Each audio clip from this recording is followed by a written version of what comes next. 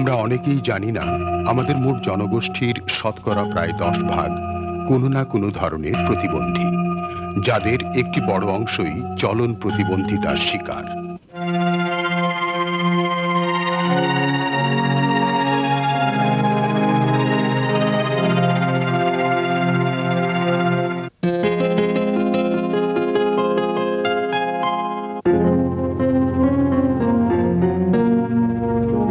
প্রতিবন্ধীদেরও রয়েছে সর্বত্র সহজ চলাচল ও প্রবেশগম্যতার অধিকার।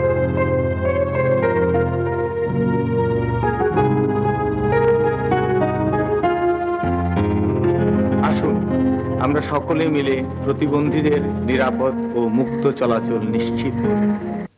প্রতিবন্ধীরা করুণা চায় না, ওদের প্রয়োজন সহযোগিতা এবং ভালোবাসা।